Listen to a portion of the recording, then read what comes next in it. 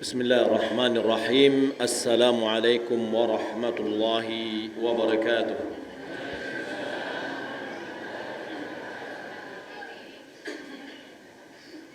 Innal hamdalillah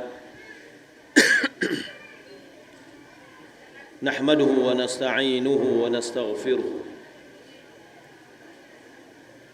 wa na'udzu billahi min shururi anfusina wa min sayyiati a'malina.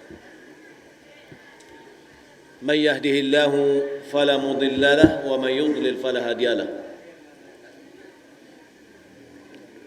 واشهد ان لا اله الا الله وحده لا شريك له واشهد ان محمدا عبده ورسوله اللهم صل وسلم على نبينا محمد وعلى اله وصحبه اجمعين اما بعد. Kaum muslimin dan muslimat rahimani wa rahimakumullah. Alhamdulillah, segala puji bagi Allah Subhanahu wa taala yang senantiasa mencurahkan nikmat dan karunia-Nya kepada kita.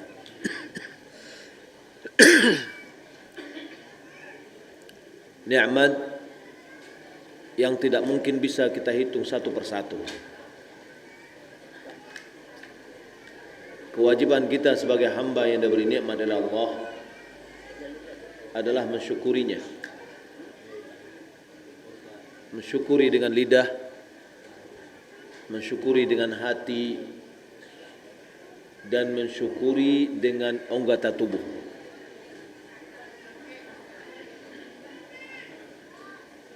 Kehadiran kita pada malam ini di tempat ini semoga bentuk dari syukur kita kepada Allah. Kesehatan dan kesempatan yang Allah berikan kepada kita pergunakan untuk mencari keridhaan Allah, yaitu menghadiri majlis ilmu di mana menuntut ilmu merupakan amalan sunat yang paling afdal.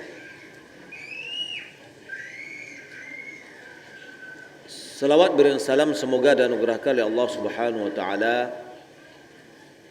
kepada Nabi kita Muhammad sallallahu alaihi wasallam. Allahumma salli ala Muhammad wa ala ali Muhammad.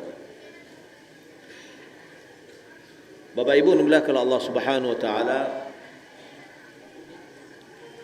Pertama saya mengucapkan ribuan terima kasih banyak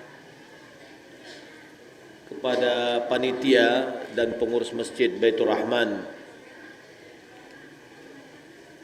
yang dimana disebabkan oleh taufik dari Allah, kemudian panitia dan pengurus mengundang kami, maka kami bisa hadir di tempat ini. Semoga Allah Subhanahu wa taala memberikan keberkahan bagi kita semua. Juga saya mengucapkan terima kasih banyak kepada semua Bapak Ibu yang ikut serta di dalam mensukseskan acara kita ini. Dan Masya Allah, kehadiran pada malam ini masjidnya penuh sampai keluar. Dan kami informasikan insya Allah kajian kita ini langsung kita siarkan langsung di Surau TV. Jadi yang nggak bisa hadir bisa menyaksikan Surau TV di rumahnya dan dia bisa menyaksikan kajian kita sekarang ini. Bapak Ibu dimuliakan Allah Subhanahu wa taala. Judul kajian kita adalah Bawa Daku ke Surga. Apa judulnya? Bawa daku ke surga. Bapak Ibu, kalau radio kalau belimpik gelombangnya susah dong ya. Hah? Bapak Ibu, kalau radio gelombang belimpik susah mendengarnya, radio mic itu kurang rancak lah dengar. Jadi mungkin ibu-ibu di belakang bisa menahan diri, kalau babi siak jangan dengar, ya, supaya suara kita tidak balimpi. Taib. Bapak Ibu bilahkan Allah Subhanahu wa taala, apa itu sarugo? Awak acok mendengar sarugo, tapi terkadang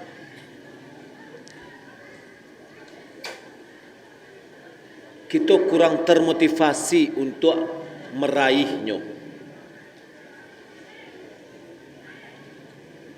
Ulama mengatakan bahwa surga itu adalah balasan yang paling agung.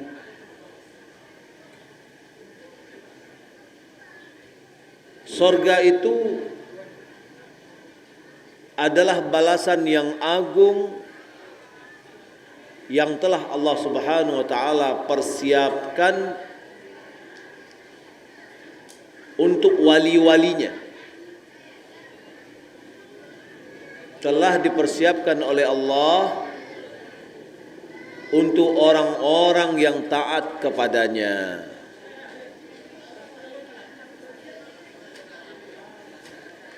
Surga merupakan kenikmatan yang paling sempurna.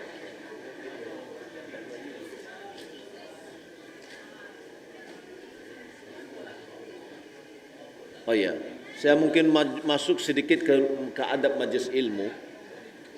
Bapak Ibu, kayaknya sepertinya di sini Bapak ada yang masih kosong, silakan sebagian kanan saya. Ya. Wa idza qila lakum tafassahu fil majalis fafsahu yafsahillahu lakum. Apabila dikatakan bergeser-geserlah, ya, sehingga diberikan kelapangan kepada yang lain, maka bergeser-geserlah supaya Allah memberikan kelapangan kepada kita. Kayaknya sampai agak sampai. Jadi di sini masih lapang, Bapak. Silakan masuk ke bagian kanan saya atau bagian kiri arah kiblat. Baik, kita kembali lanjutkan. Surga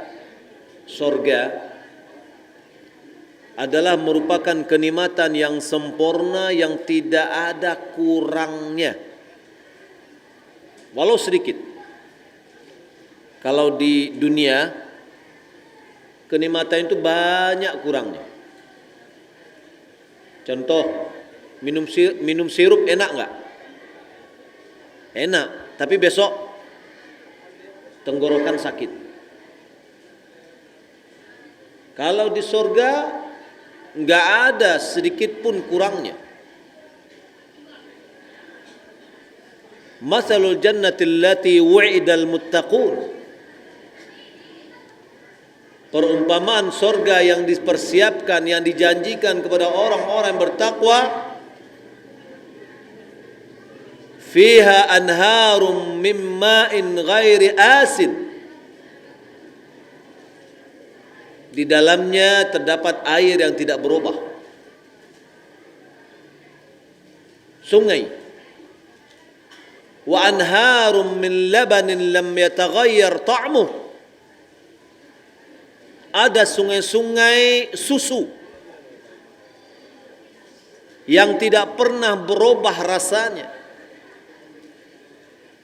Wa anharum min khamril ladzatil lisyaribin. Terdapat di dalamnya sungai-sungai khamar. Ya, sungai-sungai khamar. Ladzatil lisyaribin. Sangat enak bagi orang minumnya. Kalau khamar di dunia bagaimana? Ya, menyakitkan dan merusak akal. Khamar di akhirat namanya sama, hakikatnya berbeda. Ladzatil lisyaribin wa anharun min asalin musaffa. Di dalamnya ada sungai-sungai nisan labah, madu lebah, musaffa, yang tersaring bersih.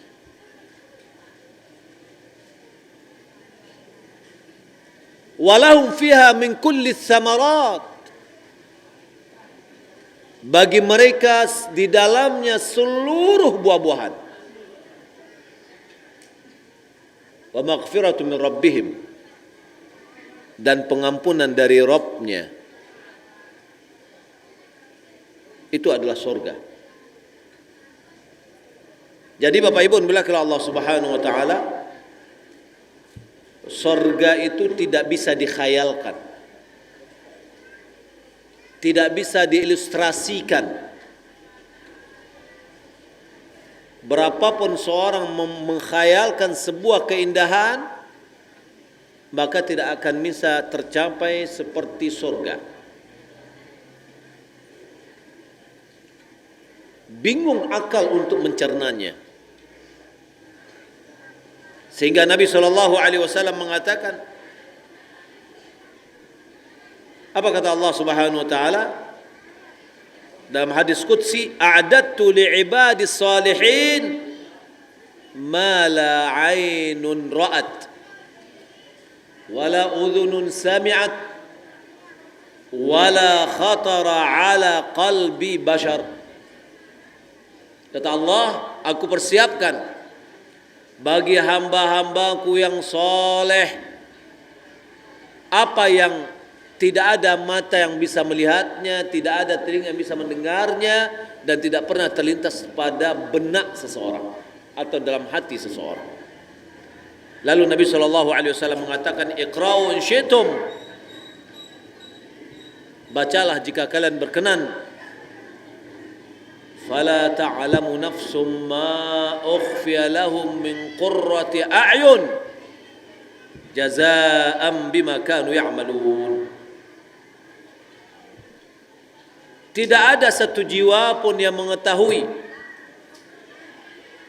apa yang telah disembunyikan untuk mereka min qurrati a'yun, dari kelezatan pandangan mata, jazaa bima kanu ya'malun, balasan bagi apa yang telah mereka lakukan. Jadi surga, Bapak Ibu pernah lihat istana? Belum. Rumah ranca lah nampak. Saya pernah lihat. Rumah ranca itu alun ado, belum ada sama sekali tandingannya. Hatta dunia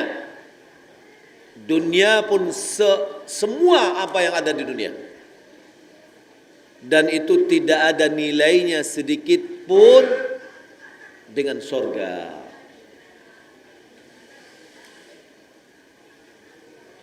Surga yang luasnya seluas langit-langit dan bumi. Maka surga itu adalah semua kenikmatan yang kita inginkan, maka kita dapatkan di situ. Itu namanya surga. Coba kita lihat posisi atau bentuk surga orang yang terakhir masuk surga. Ya. Dalam hadis Mughirah bin Syu'bah dari Nabi SAW, beliau bersabda, anna Musa alaihissalam sa'ala rabbahu ma adna ahlil jannati manzilah. Musa bertanya kepada Allah, seperti apa tempat yang paling minim dari penduduk surga? Dan dia adalah orang yang terakhir masuk surga. Lalu dikatakan kepadanya, rajulun yaji'u ba'da ma dakhala ahlul jannatil jannata, yaitu seorang datang masuk ke dalam sorga setelah penduduk sorga semuanya masuk. Lalu Allah Subhanahu wa taala katakan kepada orang ini, udkhulil jannah, masuklah ke dalam surga. Lalu orang tadi mengatakan, Rabbi kaif, wahai Rabbku, baca ronya ambo ke masuk surga.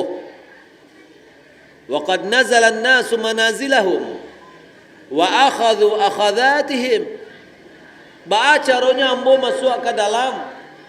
Orang-oranglah meletakkan, telah menempati posisi-posisi mereka, dan mereka telah mengambil hak-hak mereka.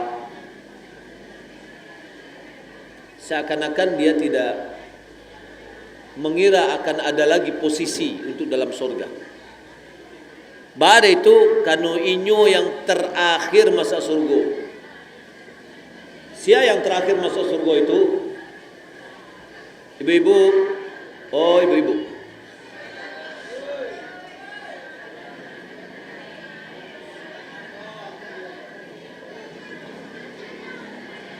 Minum lalu nak.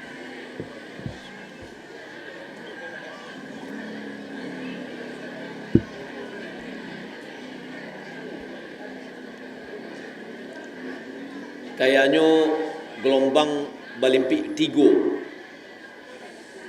Ya, gelombang awak balimpiknya 3. Yang pertama suara ambo, yang kedua suara ibu-ibu, yang ketiga suara labuh. Ya, kalau auto you tidak bisa gitu stop noh. Sehingga suara auto lalu lalang tetap ada. Tapi kalau suara ibu di belakang-belakang, kalau tidaklah bisa di stop, susah gitu ceramah jadinya.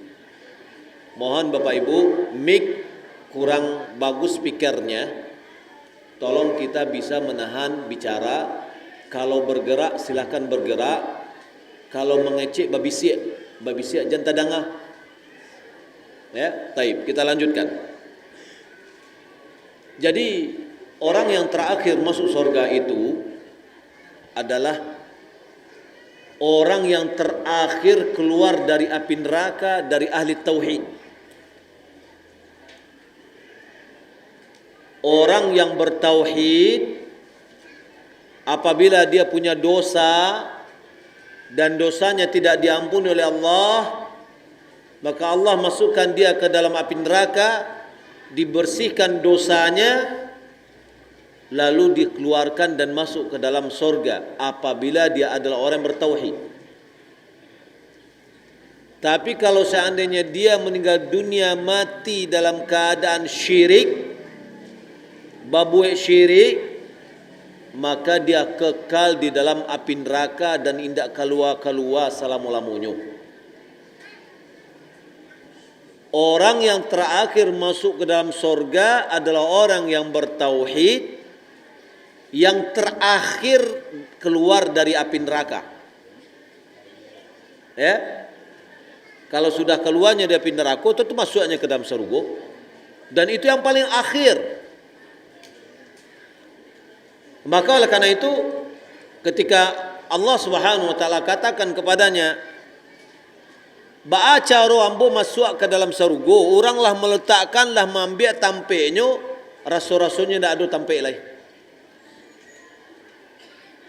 Lalu apa kata Allah Subhanahu wa taala? Atarda an yakuna laka mithlu mulki malikin min mulukid dunya. Apakah engkau ridha engkau akan mendapatkan seperti kerajaan seorang raja dunia? Raja dunia kere atau kayu? Kaya. Dia memiliki kekuasaan, dia memiliki istana yang besar, dia memiliki gedung-gedung, dia memiliki kekayaan yang banyak. Apa kata Allah? yang terakhir masuk surga ko,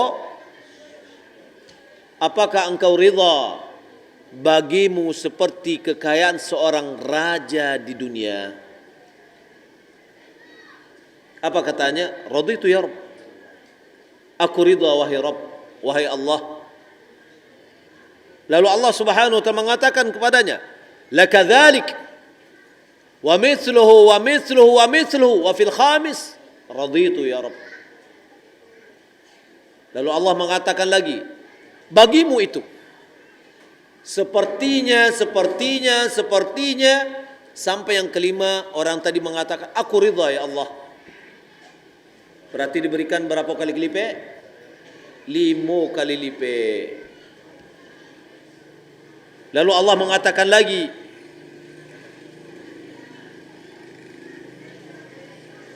idhab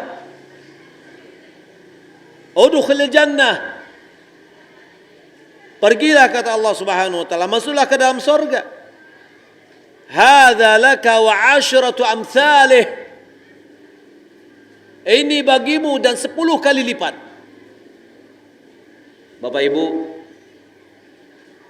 mudah-mudahan kita bukan orang yang terakhir masuk dalam surga. Semoga Allah Subhanahu wa taala memasukkan kita semuanya ke dalam surga dengan orang-orang yang dahulu masuk surga. Tapi ingat, orang yang terakhir masuk surga itu, surga yang dia akan dapatkan itu seperti 10 kali lipat kekayaan seorang raja dunia. Tidak itu saja. Kata Allah, walaka mashtahat nafsuka waladzat ainuk. Bagimu apa yang diinginkan oleh nafsumu dan apa yang lezat oleh pandang matamu. Kalau seandainya seperti itu surga yang terakhir, posisi yang terakhir,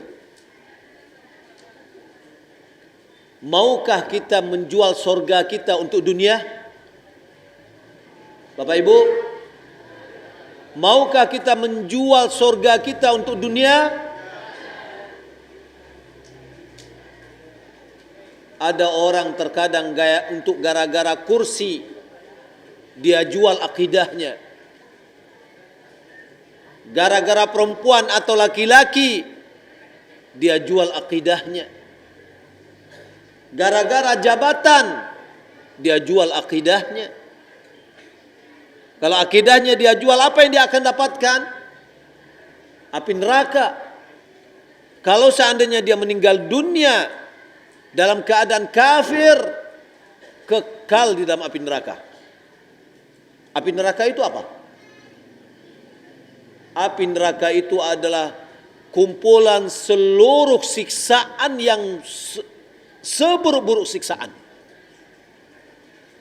Yang paling ringan siksaan dalam api neraka itu adalah seorang yang dipakaikan kepadanya sandal dari bara, dari api, apabila mendidih sampai ke benaknya mendidih.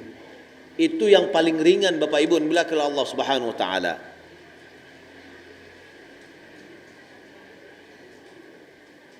Bapak Ibu bila ke Allah Subhanahu wa taala.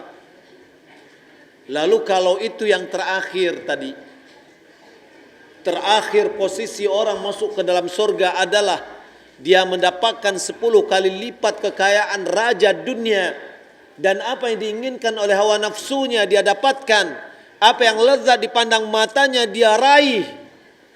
Bagaimana dengan surga yang lebih dari itu? Bagaimana dengan surga Jannatun Na'im, Firdausil A'la?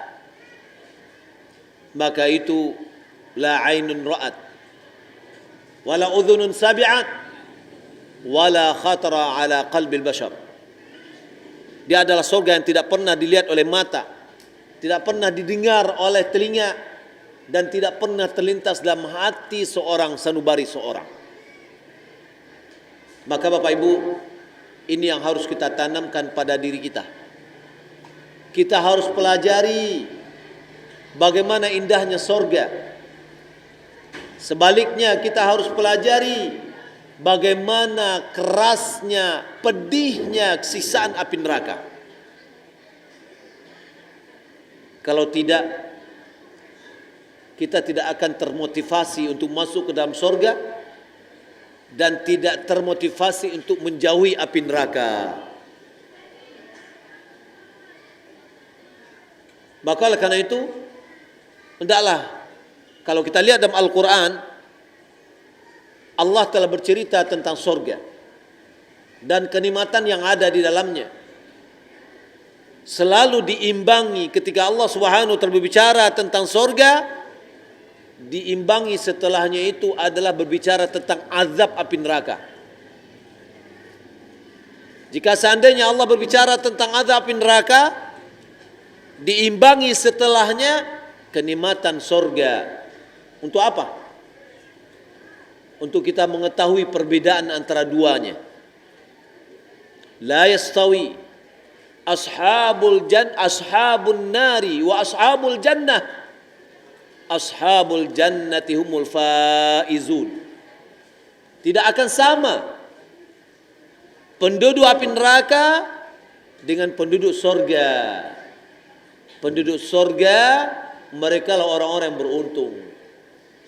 Allah ingatkan, kullu nafsin dha'iqatul maut. Setiap jiwa akan merasakan kematian. Wa innama tuwaffawna ujurakum yaumal qiyamah. Hanya saja kalian akan disempurnakan balasannya, pahalanya adalah di akhirat, bukan di dunia. Faman zuhzi'a 'anil nari wa udkhilal jannah faqad faz. Siapa yang dijauhkan dari api neraka dan dimasukkan ke dalam sorga, sungguh dia telah beruntung. Wa mal hayatud dunya illa mata'ul ghurur. Tiadalah kehidupan dunia kecuali kesenangan yang menipu. Kalau kita tahu dan sadar bahwa dunia ini adalah menipu, jangan kita larut dan tertipu oleh tipuan tersebut. Sorga menunggu kita. Yang sorga itu seluruh kenikmatan. Di dunia tidak ada namanya istirahat dalam beribadah. Imam Ahmad ditanya, kapan istirahat? Kata beliau, ketika pertama kali kaki kita masuk ke dalam sorga, itulah saatnya kita untuk beristirahat. Selama di dunia kita adalah beramal, karena ini adalah kampung amal, dan akhirat adalah kampung pembalasan. Bapak Ibu belakang Allah Subhanahu wa taala, kalau begitu sorga, tentu yang harus kita pikirkan adalah bagaimana cara kita masuk ke sorga. Yang pertama, cara kita masuk sorga harus dengan ilmu. Ilmu apa? Ilmu agama. Ini kunci yang pertama. Karena Nabi SAW mengatakan, man salaka tariqan yaltamisu fihi ilman sahhalallahu lahu bihi tariqan ilal jannah. Siapa yang meniti sebuah jalan, dia menuntut ilmu agama, satu ilmu agama, maka Allah mudahkan baginya dengan ilmu agama tadi sebuah jalan ke sorga. Karena memang masuk ke dalam sorga itu butuh ilmu agama. Kalau masuk api neraka, enggak perlu ilmu. Ada orang mengatakan diajak mengaji ande barik bana dia ambo kaji itu, ya terlalu dalam kaji ya, ndak bisa akal ambo mencernanya do. Kalau itu yang dilakukan di dunia sehingga ndak namuah ngaji, atau ada yang mengecian, jangan banyak-banyak wa tahu dengan ilmu. Kalau banyak wa tahu dengan agama, nanti ndak wa kerajuan banyak dosa wa. Kalau begitu lebih baik ambo ndak tahu. Ini ingat Bapak Ibu di dalam surat Al-Mulk, ketika orang-orang masuk dalam api neraka, mereka menyesali, mereka mengatakan, wa qalu law kunna nasma'u aw na'qilu ma kunna min ashabis sa'ir. Kalau kami dahulu di dunia mau mendengar pengajian, mau mendengar agama, au naqilu, mau kami berfikir, pasti kami tidak termasuk dari penduduk api neraka menyala-nyala. Fa'tarafu bidzambihim, mereka mengakui akan dosa-dosa mereka. Fasahqa li ashabis sa'ir, maka pantaslah mereka untuk menjadi penduduk api yang menyala-nyala. Yani ketika mereka tidak berilmu agama, peluang besar untuk masuk ke dalam api neraka. Kenapa? Pertama, boleh jadi amalan yang dia lakukan tidak sesuai dengan SOP yang ditetapkan oleh Nabi. Amalan yang tidak sesuai yang diajak oleh Nabi, amalan tidak diterima. Kita tidak bisa mengatakan terserah Allah aja lah, hanya Allah ketahu, Allah yang menerima, terserah. Mau terima, tidak terima, terserah. Tidak bisa begitu. Seorang sahabat, Nabi mengatakan, siapa yang menyembelih sebelum sholat, menyembelih korban. Siapa menyembelih sebelum sholat, hendaklah dia sembelih gantinya. Kenapa? Karena sembelihan sebelum sholat tidak diakui sebagai kurban. Kalau mau jadikan kurban harus diganti sembelih lagi. Ini menunjukkan bahwa ketidaktahuan pun dalam sebuah ibadah yang tidak memenuhi syarat tidak bisa dimaafkan. Orang beribadah dia harus mengetahui syarat-syarat diterimanya amalan. Maka kalau begitu dia harus berilmu. Satu ilmu agama yang dia dapatkan, berarti ini ada satu peluang jalan menuju ke surga. Semakin banyak dia mengetahui tentang ilmu agamanya, semakin banyak jalan-jalan untuk menuju ke surga. Saya berikan perumpamaan Bapak Ibu. Sebenarnya banyak pahala yang bisa kita raih setiap hari.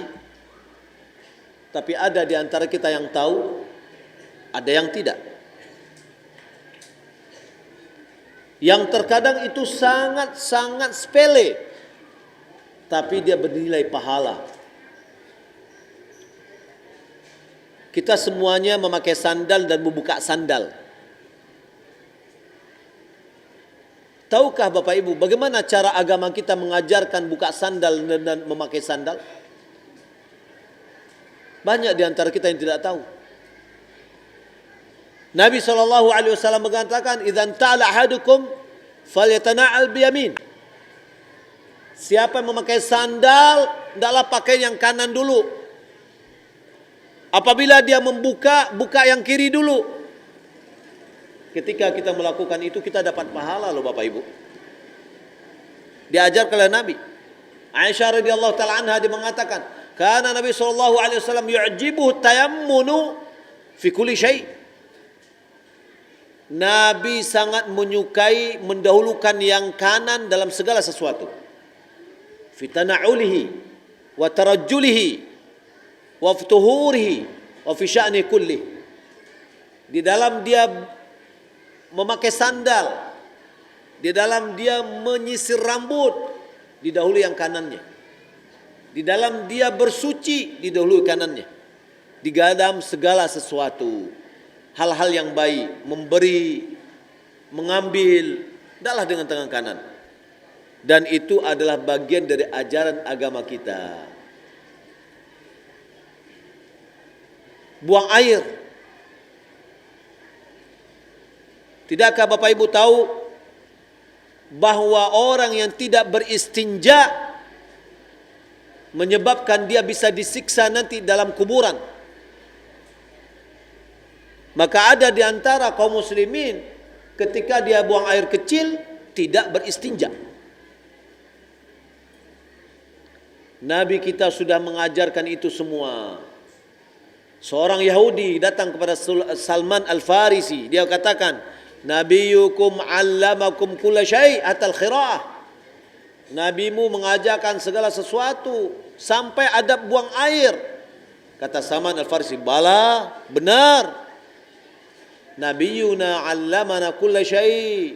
Nabi kami mengajarkan segala sesuatu hatta al-qira'ah, sampai adab buang air kecil. Nabi telah melarang kami untuk buang air kecil dan buang air besar menghadap kiblat. Nabi melarang kami beristinja dengan tangan kanan. Nabi melarang kami beristinja kurang dari 3 batu. Diajarkan oleh Nabi SAW. Kalau ini perkara yang sepele, sudah diajarkan oleh Nabi. Bagaimana perkara yang besar? Tentang bagaimana seorang mengenal Rabbnya, mengenal Tuhannya, sudah diajarkan oleh Nabi. Bagaimana seorang antara pemerintahan dengan rakyatnya, sudah diajarkan oleh Nabi. Bagaimana cara bermuamalah, transaksi, jual beli, sudah diajarkan oleh Nabi. Bagaimana dalam rumah tangga seorang suami kepada istrinya dan suami istri kepada suaminya, anak kepada bapaknya dan bapak kepada anaknya, sudah diajarkan oleh Nabi. Semua agama kita sudah mengajarkan. Makanya agama kita adalah agama yang paling indah. Agama kita adalah paling sempurna. Maka Bapak Ibu, pertama, syarat dari masuk ke dalam surga apa? Berilmu. Maka siapa di antara kita banyak ilmu agamanya, maka dia memiliki peluang yang terbesar untuk masuk ke dalam surga. Menuntut ilmu tidak membatasi ilmu, tidak membatasi umur. Ya, ini ilmu agama. Menghadiri majlis-majlis seperti ini, Masya Allah, dengan jumlah yang banyak. Atau dengan cara yang lain, dengan cara membaca buku-buku agama. Atau menyaksikan kajian-kajian di televisi, kajian yang betul-betul kita lihat dari orang-orang yang kompeten di dalam memberikannya berdasarkan Al-Quran dan Sunnah. Maka hendaklah kita ambil ilmu itu, lalu kita amalkan. Maka ini adalah peluang bagi kita untuk masuk surga. Yang kedua, di antara yang bisa menyebabkan kita masuk ke dalam surga adalah solat. Solat yang mana nih? Yang pertama adalah solat fardu. Hadis Nabi SAW mengatakan, khamsu salawatin katabahunna Allahu 'alal ibad. Ada solat 5 waktu yang telah Allah tetapkan terhadap hambanya. Faman jaa bihinna, siapa yang datang membawa pahala solat 5 waktu ini, tidak ada yang umpang, tidak ada yang tertinggal. Solat 5 waktu, lam yudayyi' minhunna syai'an istighfafan bihaqqihinna, tidak pernah menyia-nyiakan sedikit pun dari 5 waktu ini dengan menganggap enteng hak-haknya. Betul-betul dia tunaikan dengan baik, penuh kehormatan, penuh perhatian. Kana lahu 'indallahi ahdun an yudkhilahul jannah, maka dia mendapatkan garansi, janji, dan Allah tidak akan pernah mengingkari janjinya. Maka dia mendapatkan janji dari Allah, dimasukkan oleh Allah dia itu ke dalam surga. Kapan? Apabila kita menunaikan solat 5 waktu dan tidak pernah menyia-nyiakan haknya sedikit pun. Di antara haknya adalah menunaikan dengan sempurna.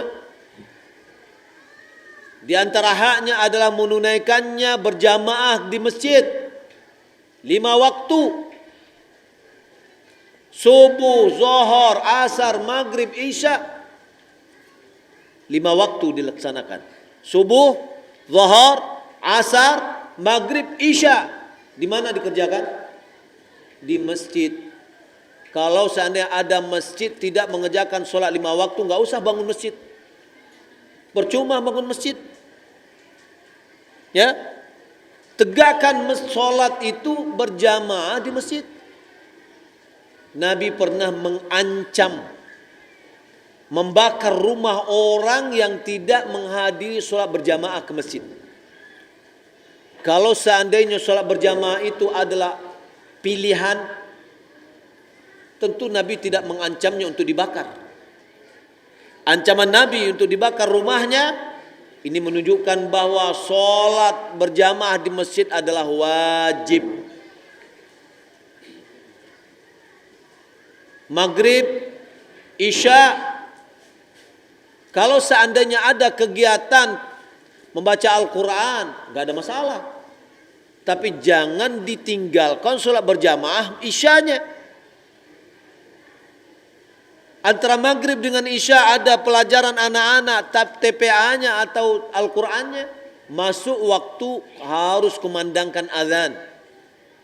Karena azan itu fungsinya yang pertama memberitahukan masuknya waktu. Yang kedua fungsinya untuk memanggil orang, mengundang orang datang ke masjid. Untuk apa? Untuk mengerjakan sholat berjamaah. Lalu anak-anak ini di stop dulu untuk Al-Qurannya sampai kita mengerjakan sholat berjamaah. Setelah sholat berjamaah baru kembali dilanjutkan kalau masih ada tersisa. Ya, jadi sholat 5 waktu ini hendaklah kita betul-betul menjaganya. Namun waman lam ya'ti bihinna, siapa yang tidak mendatangkan solat 5 waktu ini, inya membawa solatnya yang umpang-umpang, banyak yang tercicir, yang tertinggal, atau tidak menjalankan sesuai dengan haknya, falaysa lahu indallahi ahdun, dia tidak memiliki garansi dari Allah. Insya azabah, jika Allah berkenan Allah azab dia. Wa insya adkhalahul jannah, jika Allah berkenan Allah masukkan dia dalam surga. Tapi tidak ada garansi awal. Orang yang menjaga solat 5 waktu tadi dengan hak-haknya, maka dia mendapatkan garansi untuk masuk ke dalam surga. Oleh karena itu Bapak Ibu, mari kita pelihara solat 5 waktu ini. Yang kedua, masih dalam solat, yang bisa menyebabkan kita masuk ke dalam surga, kata Nabi SAW, man sallal bardaini dakhalal jannah, siapa yang mengerjakan solat 2 bard, 2 yang dingin, maka dia masuk ke dalam surga. Apa makna bardain? Adalah solat subuh dan solat isya. Di mana? Di masjid. Solat berjamaah. Solat yang paling berat bagi orang-orang munafikin adalah solat isya dan subuh. Di mana? Di masjid. Boleh jadi orang munafikin itu solat dia di rumahnya, tapi yang paling berat baginya adalah solat di masjid. Kenapa? Solat isya dan subuh. Dahulu Bapak Ibu tidak ada lampu. Orang munafikin itu solatnya untuk pencitraan, tebar pesona, melihat wajah orang, stor wajah. Innal munafiqina yukhadi'una Allah wa huwa khadi'uhum. Sesungguhnya orang munafikin, mereka menipu Allah, Allah yang menipu mereka. Wa idza qamu ila sholati qamu kusala yura'una an-nas wa la yadhkuruna Allah illa qalila. Itu kata Allah. Apabila mereka berdiri solat malas-malas. Yura'unan nas, mereka mempertontonkan kepada manusia solatnya itu. Ya. Wala yadhkurunallaha illa qalila. Tidaklah mereka mengingat Allah dalam solatnya kecuali sedikit sekali. Itu solat orang munafikin. Jadi apa? Solatnya setor wajah. Dia tidak solat karena wajah Allah, tapi dia solat karena wajah manusia. Kenapa kok berat bagi dia solat isya dan subuh? Karena lampu tidak ada. Solat isyanya gelap, nggak kelihatan siapa yang hadir, siapa yang tidak hadir. Kalau dia hadir pun tidak kelihatan oleh orang. Kalau begitu ya nggak usah aja hadir. Ya, karena tujuannya tadi adalah setor wajah. Solat subuh begitu juga gelap. Nggak ada yang bisa melihatnya. Makanya malas sekali orang munafikin dahulu pada zaman Nabi. Kalau orang munafikin dahulu hidup zaman sekarang ini, mau nggak hadir solat isya dan subuh? Hah? Kenapa? Mau? Karena ada lampu, diketahui. Lah bagaimana dengan orang muslim yang susah untuk datang solat isya dan subuh? Ya? Nah, jadi orang yang menjaga solat subuh dan solat isyanya berjamaah, maka dia masuk ke dalam surga. Ya.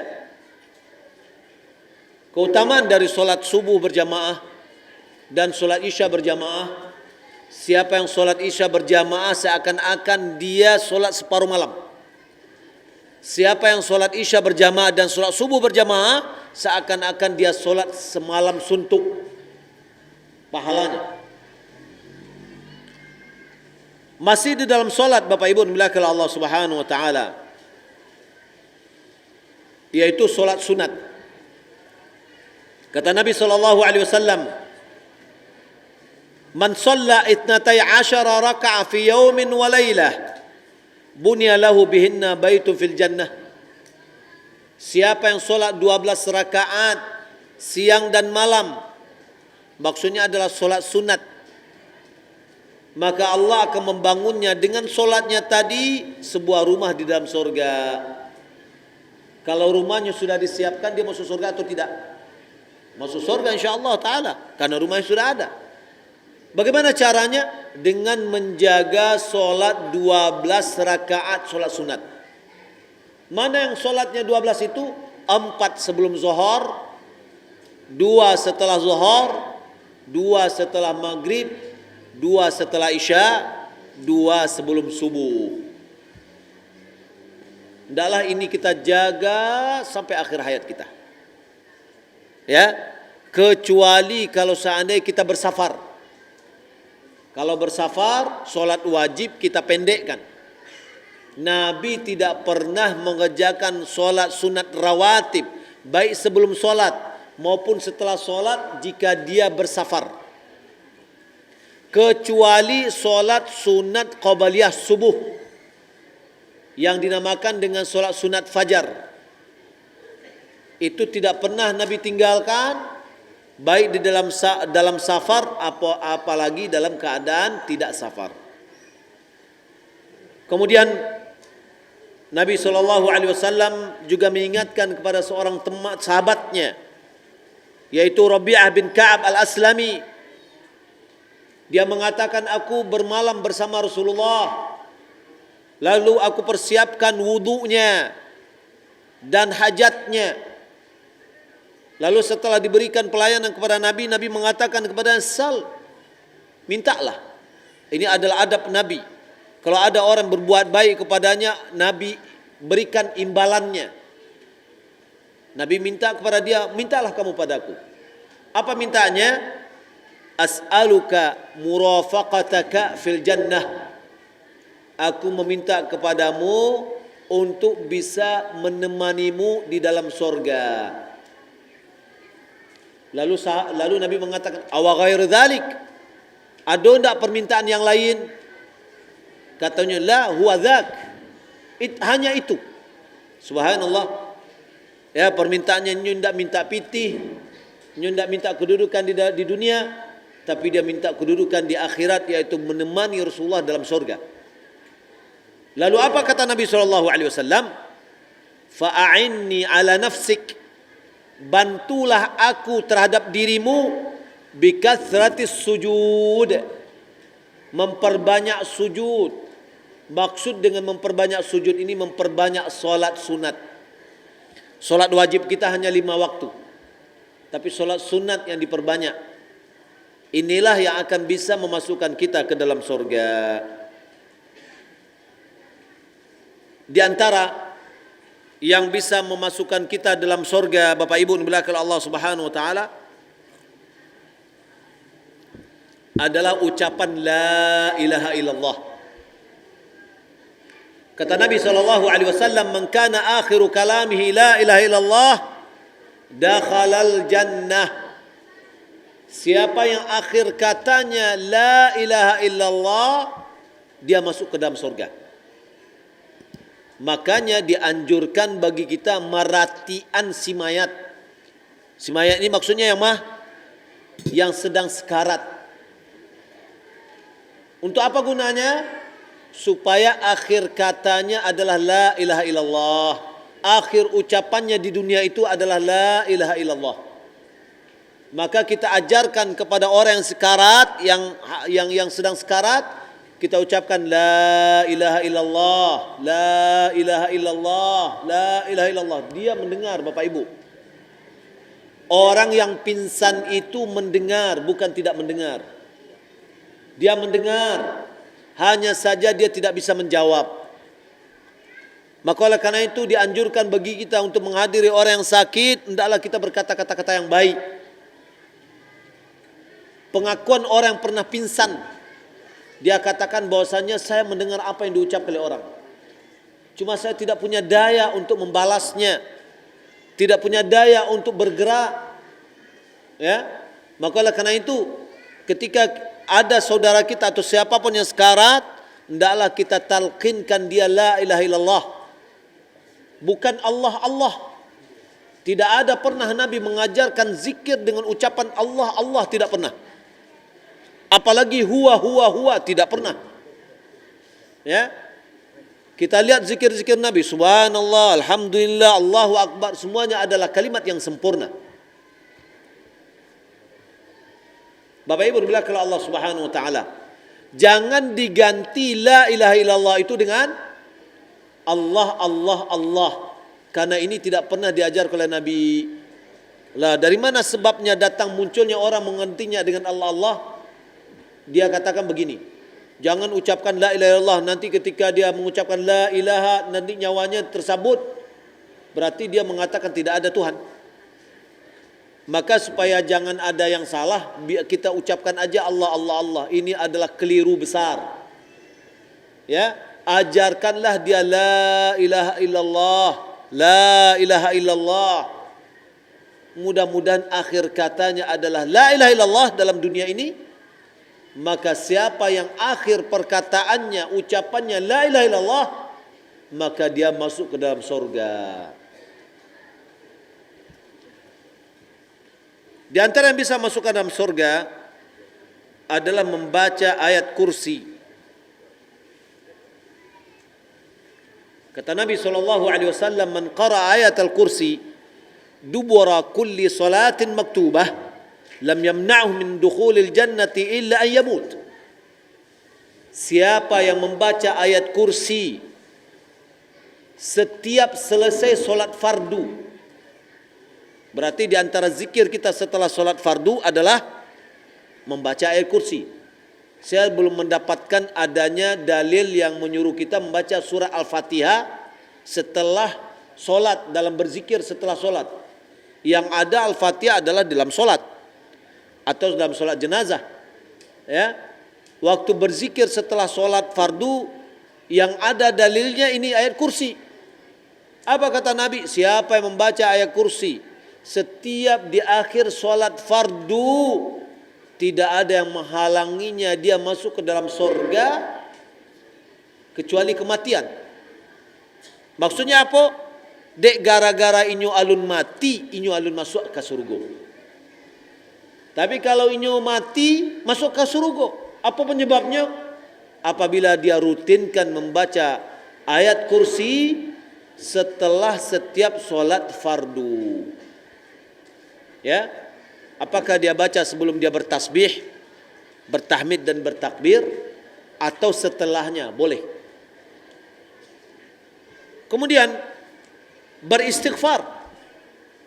Ini adalah penyebab masuk ke dalam sorga,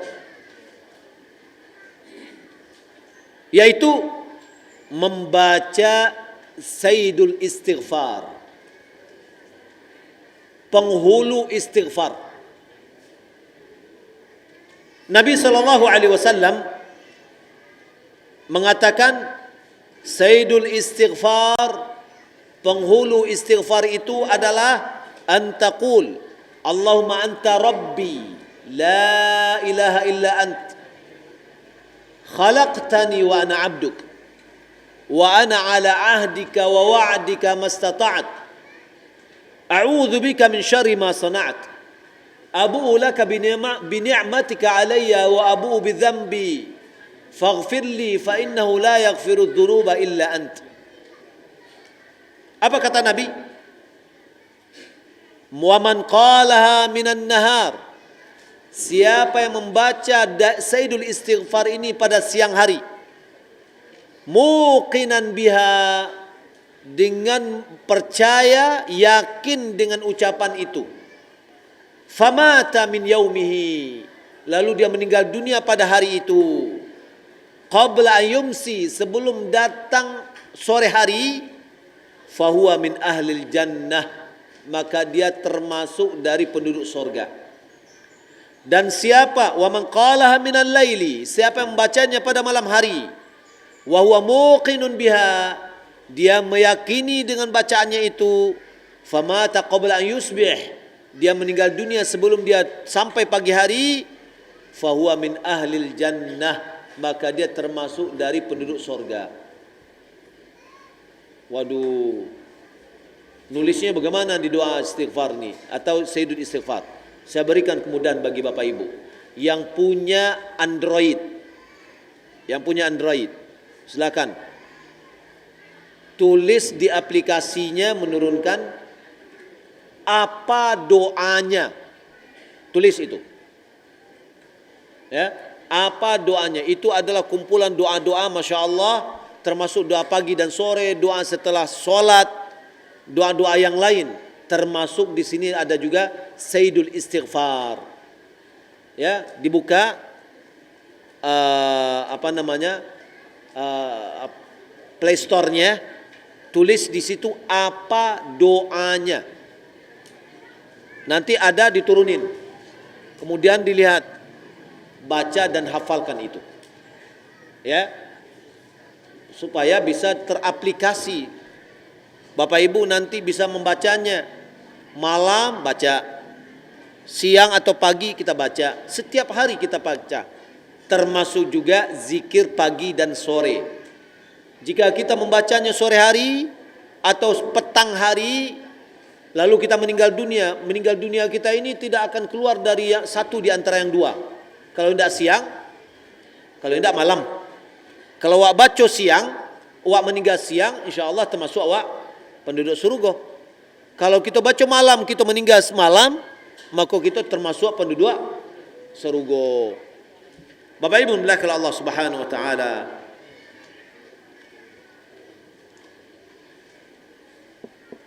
Di antara yang bisa menyebabkan masuk ke dalam surga, ini khusus untuk ibu-ibu.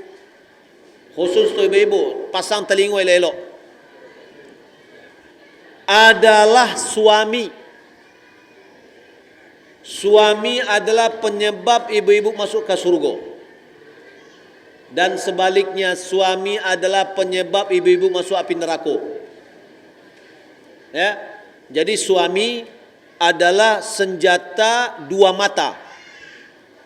Ya, bisa menyebabkan ibu-ibu masuk ke surga, bisa juga ibu-ibu masuk api neraka. Mana dalilnya? Dengar elok. Dalilnya adalah seorang perempuan datang kepada Nabi SAW. Lalu Nabi mengatakan kepada dia, Adzatu zaujin anti. Apakah engkau punya suami? Lalu dia mengatakan, Naam, iyo. Qala kaifa anti lah. Lalu bertanya Rasulullah kainyo, Ba'a engkau terhadap suamimu? Bagaimana engkau terhadap suamimu? Qalat. Lalu yang perempuan tadi mengatakan, Ma'aluhu illa ma'ajaztu anhu. Aku selalu melayaninya semaksimal mungkin kecuali jika aku tidak mampu. Jadi diberikan pelayanan yang terbaik kepada suaminya, tidak pernah mengerengkang ke suaminya. Ya. Lalu qal fanduri aina anti minhu. Lihatlah di mana posisimu darinya. Fa ahsini, berbuat baiklah kamu kepada suamimu. Fa innahu jannatuki wa naruki. Sesungguhnya suamimu itu adalah surgamu dan nerakamu. Gadang hati suami. Cara yang lain lagi, Pak. Itu kan salah satu tadi. Taib. Kapan istri bisa masuk surga gara-gara ada suaminya? Kata Nabi SAW, Innal mar'ata idza sallat khamsaha. Wanita apabila dia solat 5 waktu, wa shamat syahraha, dia puasa pada bulan Ramadan, wa hafizat farjaha, dia menjaga kemaluannya, wa ata'at zaujaha, dia taati suaminya. Qila laha, dikatakan kepadanya, udkhulil jannah, masuklah kamu ke dalam surga, min ayyi babin syi'ti, dimanapun juga, dari pintu manapun juga engkau senangi. Susah enggak ibu-ibu masuk surga? Enggak susah, cuma 4 cuma. Dan tidak ada modal, enggak punya modal masuk surga. Hanya sholat 5 waktu, butuh modal enggak? Butuh uang? Enggak, sholat 5 waktu. Puasa bulan Ramadan, menjaga kehormatan dirinya. Yang keempat, taati suaminya, jangan mengerengkang ke suami. Ya, apa disuruh suami taati, kecuali dalam hal yang melanggar syariat. Kalau suami menyuruh untuk bermaksiat kepada Allah, jangan taati. Karena Rasulullah SAW mengatakan, la ta'ata li makhluqin fi ma'siyatil khaliq. Tidak ada ketaatan kepada makhluk di dalam berbuat maksiat kepada sang Khaliq. Suami menyuruh beli whisky, tidak boleh ikuti. Ya, kalau disuruh untuk membeli atau melakukan yang haram, tidak boleh taati. Tapi kalau disuruh selain dari hal yang itu, maka hendaklah kita mentaati tanpa berat hati. Sehingga Nabi SAW mengatakan, apabila seorang suami, seorang laki-laki mengajak istrinya untuk berhubungan badan, lalu istri enggan, tidak mau memenuhi kebutuhan suaminya, lalu suaminya murka, maka malaikat di langit akan melaknatnya sampai pagi. Ya, ini apabila istri mentaati suami, dia masuk surga. Tapi sebaliknya, suami bisa menjadi pintu api neraka bagi istri. Kapan? Kata Nabi SAW, diperlihatkan kepadaku api neraka, dan aku melihat kebanyakan penduduknya adalah dari wanita. Maka sahabat bertanya, kenapa? Mereka mengingkari. Apa yang mereka ingkari? Mengingkari yakfurnal ashir wa yakfurnal ihsan. Mereka mengingkari suami, mengingkari kebaikan yang telah diberikan oleh suami.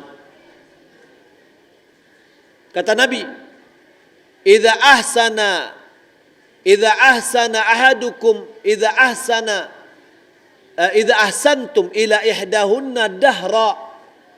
Jika kalian telah berbuat baik sepanjang masa kepadanya, wara'at minka syai'an, lalu istri melihat sesuatu darimu, yakni maksudnya yang tidak berkenan pada dirinya, keinginan tidak tercapai, ya, qalat, lalu istri mengatakan, ma ra'aitu khairan minka qat, aku tidak pernah melihat kebaikan sedikit pun darimu. Ya, ucapan istri yang hanya dia mengatakan, ambo tidak pernah mendapatkan kebaikan darimu. Perkataan itu yang menyebabkan istri terjerumus dalam api neraka. Ya, mungkin ada mengatakan tidak begitu, tapi ungkapan yang lain, agih ambo sakete ajo perhatian udah. Selama itu perhatian apa enggak pernah diberikan oleh udah, ya? Udah agih ambo sakete ajo rasa kasih sayang. Berarti dia mengingkari kasih sayang selama ini. Agih ambo sakete ajo kebahagiaan. Berarti kebahagiaan selama ini dia ingkari. Kata-kata yang mengingkari kebaikan suami ini menyebabkan istri masuk ke dalam api neraka.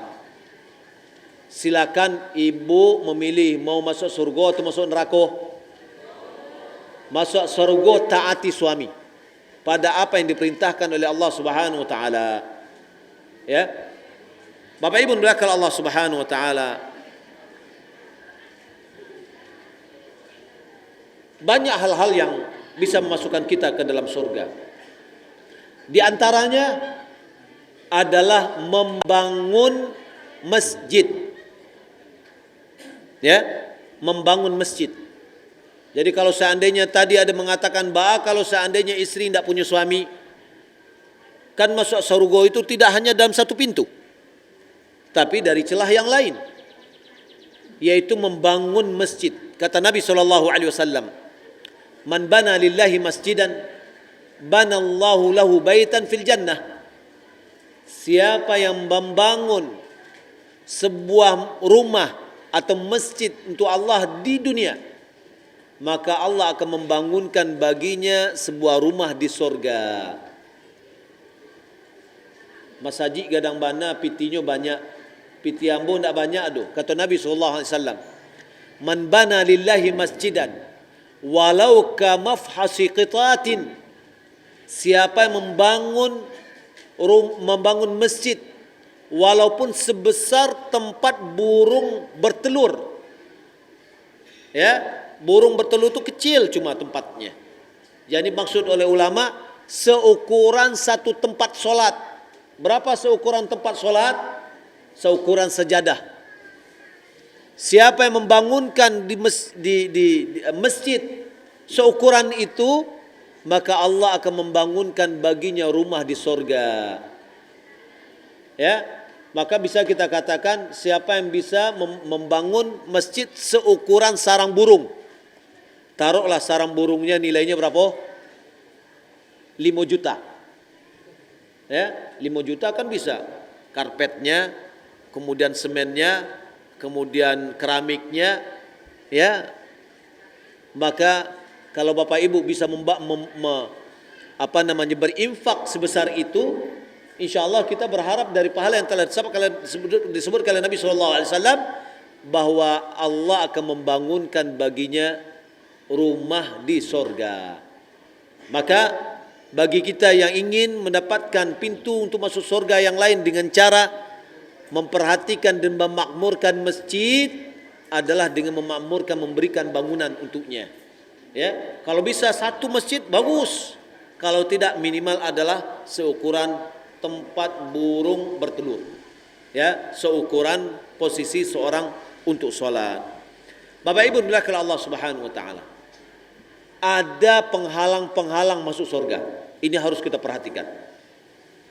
Penghalang-penghalang masuk surga yang pertama adalah berbuat syirik besar. Mana yang dimakan dengan syirik besar? Berdoa kepada selain Allah, meminta kepada selain Allah, menyembelih untuk selain Allah, ya, seperti misalkan menyembelih ayam, darahnya diletakkan di perumahan, di kudo-kudo rumah, atau darahnya dipolehan ke sampan, ke kapal, supaya terhindar dari gangguan jahat di dalam laut, itu adalah sembelihan untuk selain Allah dan itu adalah syirik besar. Ya, walaupun mungkin sebagian orang mengatakan itu budaya, ini adalah budaya yang menyimpang dari syariat. Ya, maka ini harus dihindari. Kalau seandainya kita melakukannya dan tidak bertaubat kepada Allah sebelum kita meninggal dunia, maka Allah tidak akan mengampuni dosa syirik. Allah Subhanahu wa taala berfirman dalam surah Al-Maidah ayat 72, "Innahu may yusyrik billah faqad harramallahu alaihil jannah." Sesungguhnya siapa yang berbuat syirik kepada Allah, Allah haramkan kepadanya surga. Haram surga. Ma tampaknya wa ma'wahun nar, tempat tinggalnya adalah api neraka. Wa ma lidh-dhalimina min ansar, bagi orang-orang yang zalim tidak ada penolong. Mana yang zalim? Orang yang berbuat syirik, itu adalah orang yang zalim. Inna syirka la dhulmun azim, kata Allah. Sesungguhnya syirik itu adalah kezaliman yang paling besar. Maka kita harus berilmu tentang tauhid, berilmu tentang syirik, agar kita tidak terjerumus dalam perbuatan syirik.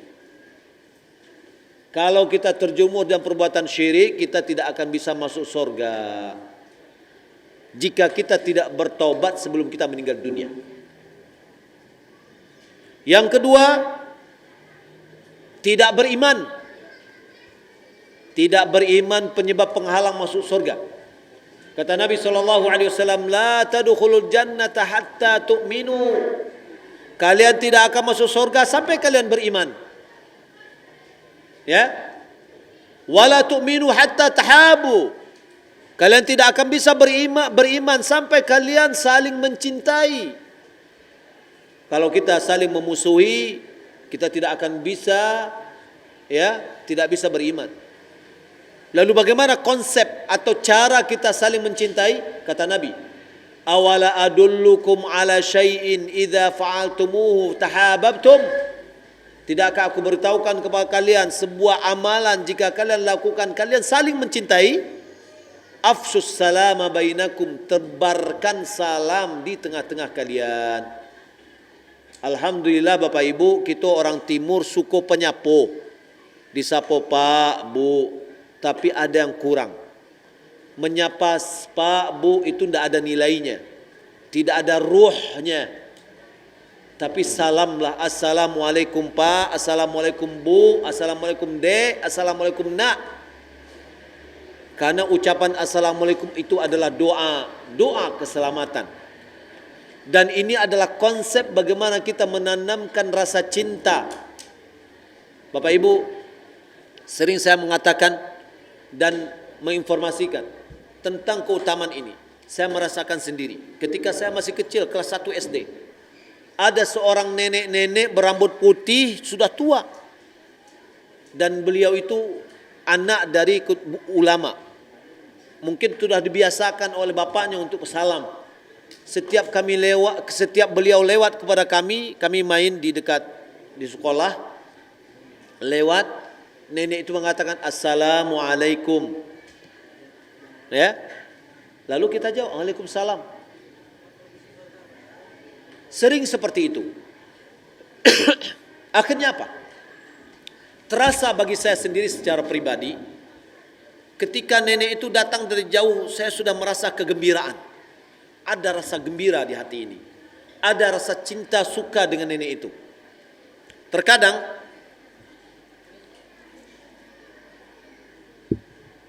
ketika nenek itu mau melewati, malah kita mendahului. Assalamualaikum Nek. Tapi terasa Bapak Ibu, terasa bagi saya bagaimana cinta itu ada. Ya, dan ini adalah konsep yang diberikan oleh Nabi. Awala adullukum ala syai'in idza fa'altumuhu tahabbtum. Tidakkah aku beritahukan kepada kalian jika kalian melakukannya kalian saling mencintai? Afsyus salama bainakum. Tebarkan salam di tengah-tengah kalian. Yang ketiga, yang menjadi penghalang masuk surga adalah menyakiti tetangga. Ya, menyakiti tetangga baik dengan ucapan atau dengan perbuatan. Kata Nabi sallallahu alaihi wasallam, la yadkhulul jannata man la ya'manu jaruhu bawa'iqahu. Tidak masuk ke dalam sarugo orang yang tetangganya tidak merasa aman dari gangguannya. Ya, kalau kita sering menyakiti tetangga, ikut ciri-ciri orang yang tidak akan masuk surga. Yang keempat adalah kibir, sombong.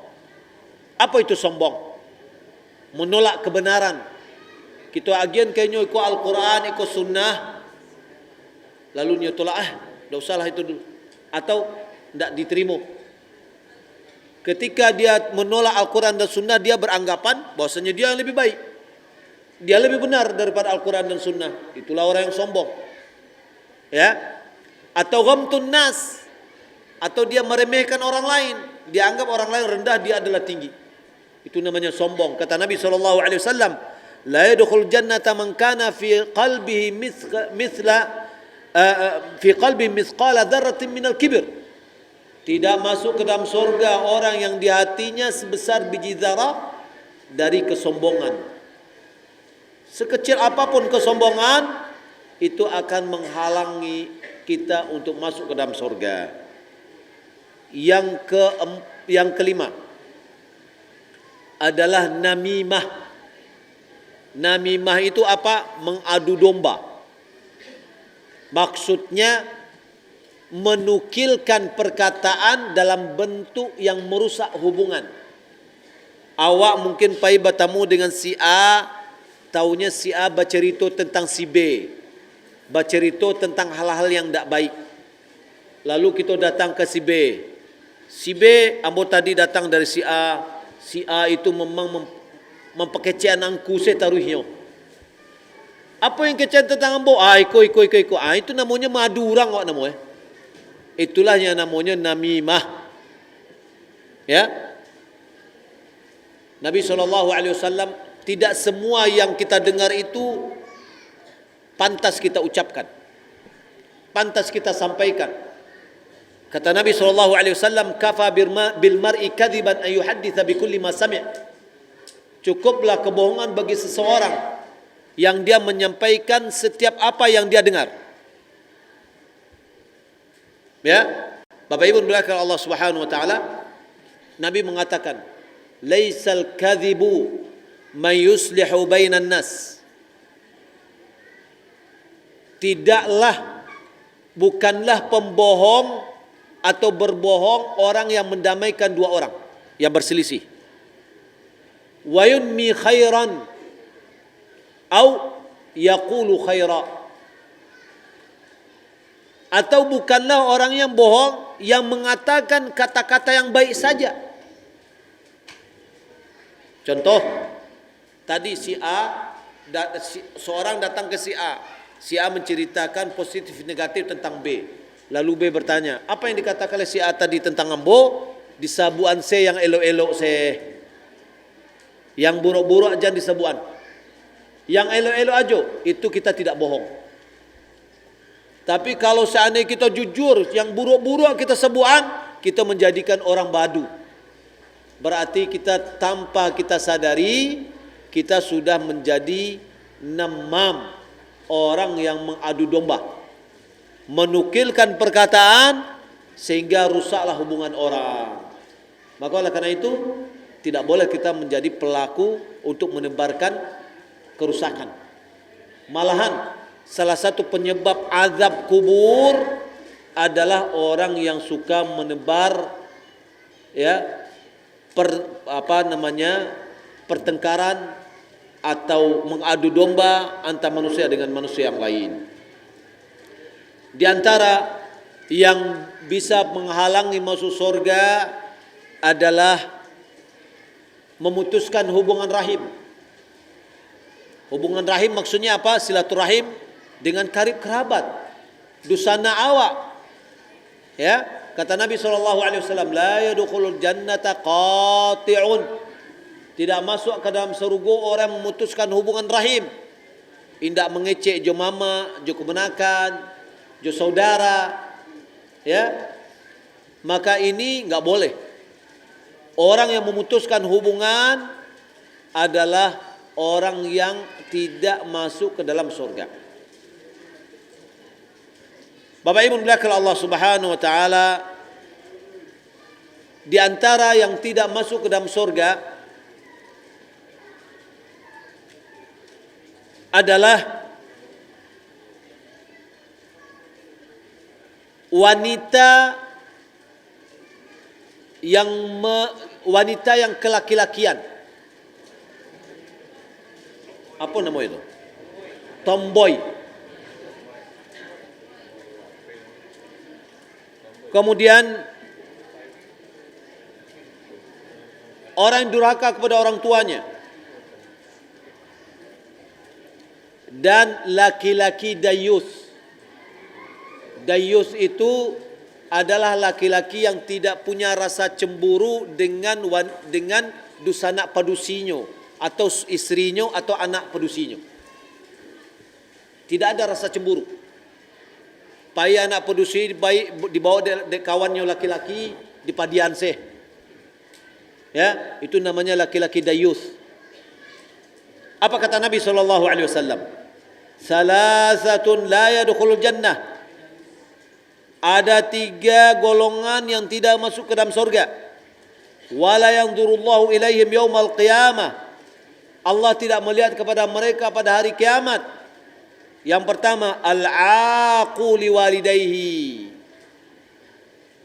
Anak yang durhaka kepada ibu bapaknya. Enggak masuk surga. Apa bentuk durhaka? Kata